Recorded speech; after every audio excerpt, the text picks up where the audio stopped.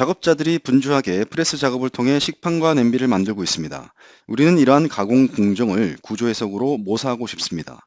이러한 작업을 영어로는 메탈 포밍 또는 드로잉이라고 부르는데 가만히 살펴보니 철판을 꽉 눌러서 영구적인 소성 변형을 시키는 작업입니다. 그리고 가공 장비와 철판에 광범위한 접촉이 발생합니다. 마지막으로 작업 속도를 보니 관성의 영향이 거의 없는 정적인 작업이라고 볼 수 있습니다. 이러한 사실들을 종합했을 때 우리가 이 작업을 시뮬레이션 하기 위해 필요한 해석은 비선형 정적 해석이라고 생각할 수 있습니다. 그런데 사실 이러한 메탈 포밍 해석은 생각보다 매우 까다롭습니다. 우리가 알고 있는 비선형 정적 해석으로 시뮬레이션 하면 되긴 되는 것 같긴 한데 해석 시간도 엄청 오래 걸리고 심지어 수렴이 되지 않아 결과를 찾지 못하는 경우도 많습니다. 그래서 이러한 문제점을 극복하기 위해 특별한 해석 기법을 적용하는데 바로 Quasi-Static Analysis Using Explicit Dynamics, 우리말로 번역하여 표현하면 Explicit Dynamic 기법을 활용한 준정적 해석이라고 할 수 있습니다. 지금부터 Quasi-Static Analysis Using Explicit Dynamic 방법의 원리를 알아보고 3D Experience 플랫폼 롤을 활용한 시뮬레이션 예제를 함께 살펴볼 텐데요. 세분화해서 따져보면 Quasi-Static Analysis는 두 가지 형태가 있습니다. 이번 영상에서는 Increase Load Rate 방법에 대해 알아보고 다음 영상에서는 Mass Scaling 방법에 대해서 살펴봅니다.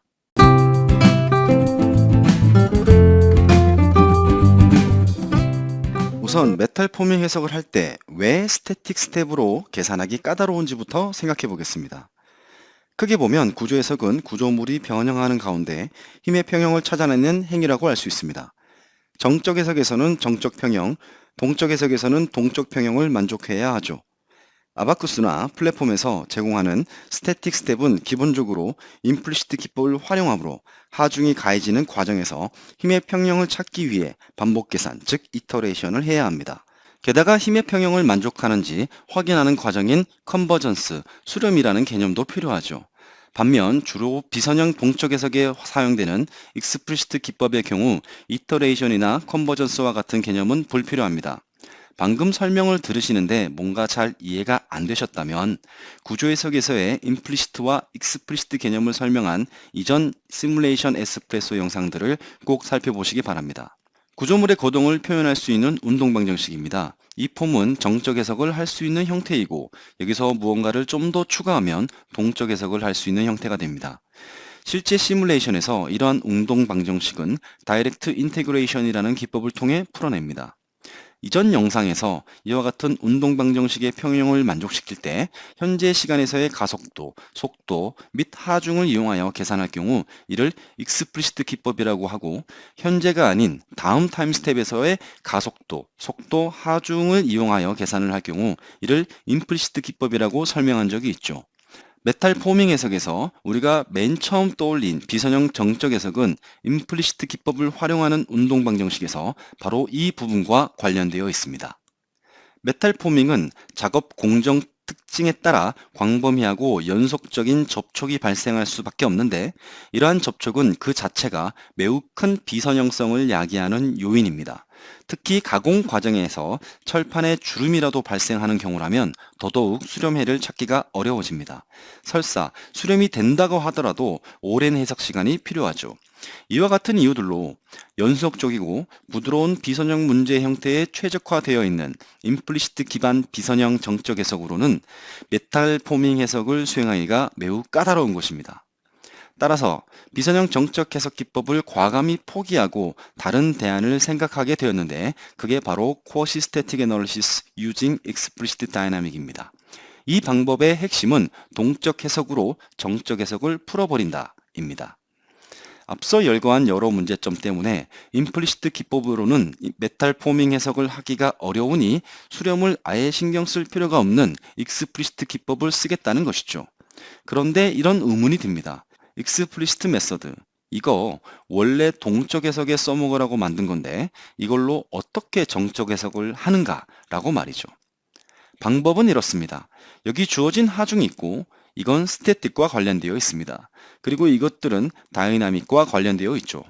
우리가 메탈 포밍 해석을 통해 얻고자 하는 결과는 대변형, 광범위한 접촉은 포함하지만 관성의 영향은 거의 없는 정적 응답입니다. 따라서 우리는 이 방정식에서 다이나믹 텀들이 거의 0이 되어 버리도록 조건을 주고 해석만 해버리면 되는 것입니다.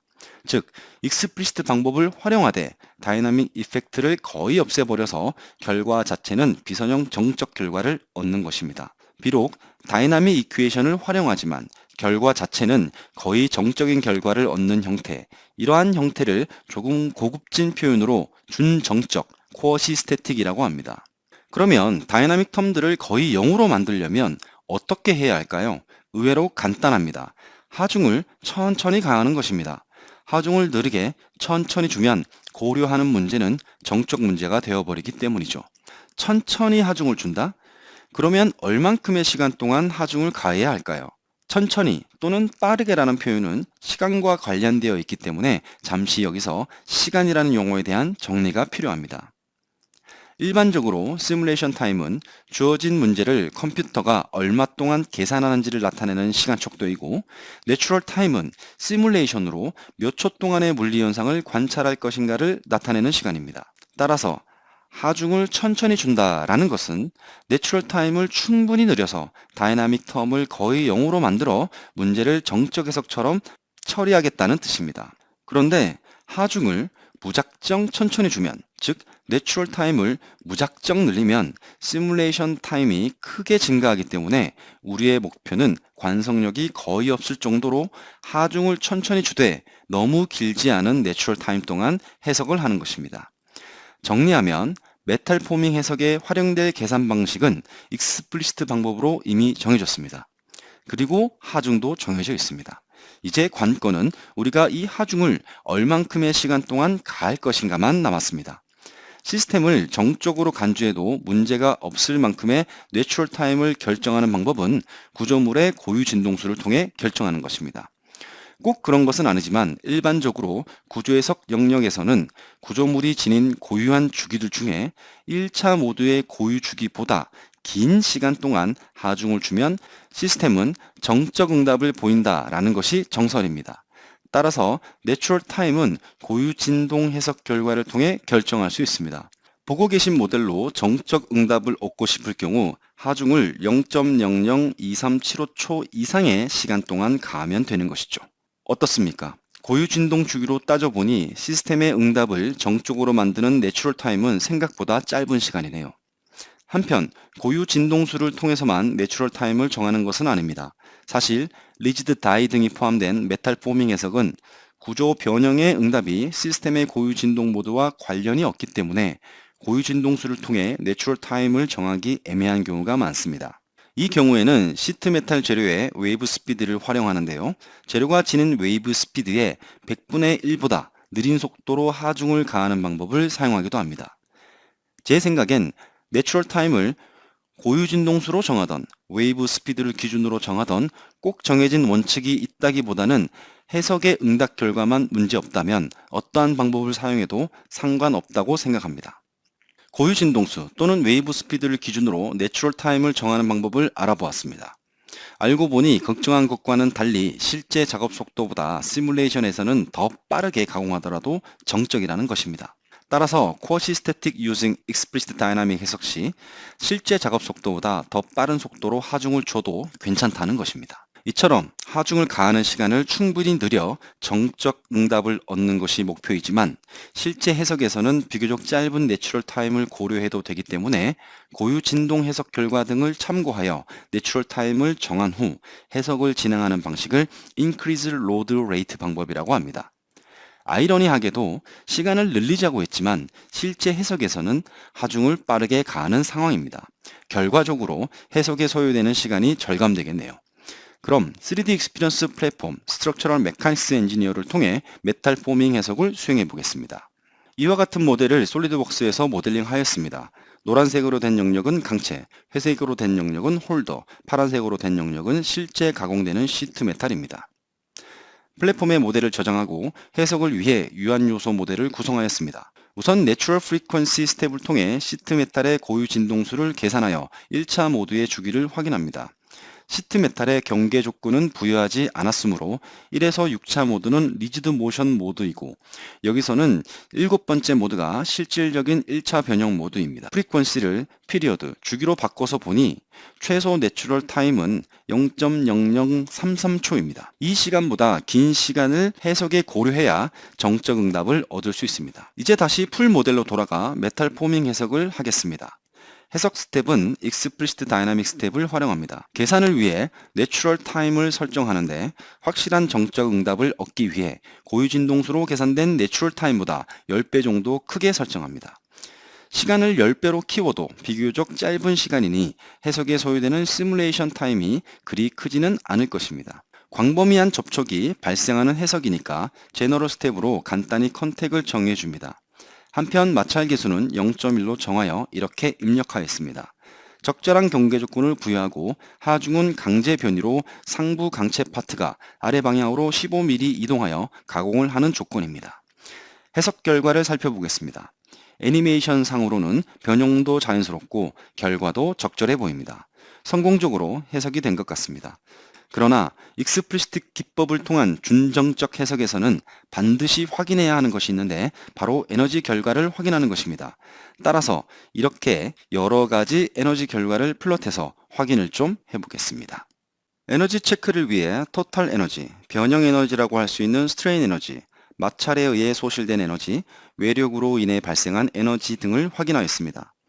우리는 비록 다이나믹 해석에 활용되는 기법을 통해 계산을 했지만 쿼시스태틱한 결과를 얻고자 하기 때문에 에너지를 확인하였을 때 다이나믹 이펙트로 인해 발생하는 키네틱 에너지가 거의 나타나지 않아야 합니다. 살펴보니 해석 전반에 걸쳐 발생한 키네틱 에너지가 거의 나타나지 않는 것을 확인할 수 있고 나머지 에너지들 역시 큰 문제가 없어 보입니다. 익스플리시트 방법은 계산 과정에서 해의 유효성을 확인하는 단계가 없기 때문에 이렇게 꼭 에너지들을 확인해 봐야 하는 것입니다. 이렇게 에너지 결과까지 확인한 이후에 해석이 적절하게 수행되었다라고 말할 수 있습니다. 이번 영상에서는 익스플리시트 방법을 통해 정적 해석을 어떻게 하는지에 대해 알아보았고 특히 비교적 짧은 내추럴 타임을 구하여 결과적으로는 하중의 속도를 높이는 기법인 인크리즈 로드 레이트 방법에 대해 알아보았습니다. 이러한 인크리즈 로드 레이트 방법을 활용하면 해석에 필요한 시뮬레이션 타임을 효율적으로 줄이면서도 원하고자 하는 결과를 얻을 수 있습니다. 다음 영상에서는 쿼시스태틱 해석에서 시뮬레이션 타임을 줄여주는 또 다른 방법인 매스 스케일링에 대해 알아보겠습니다.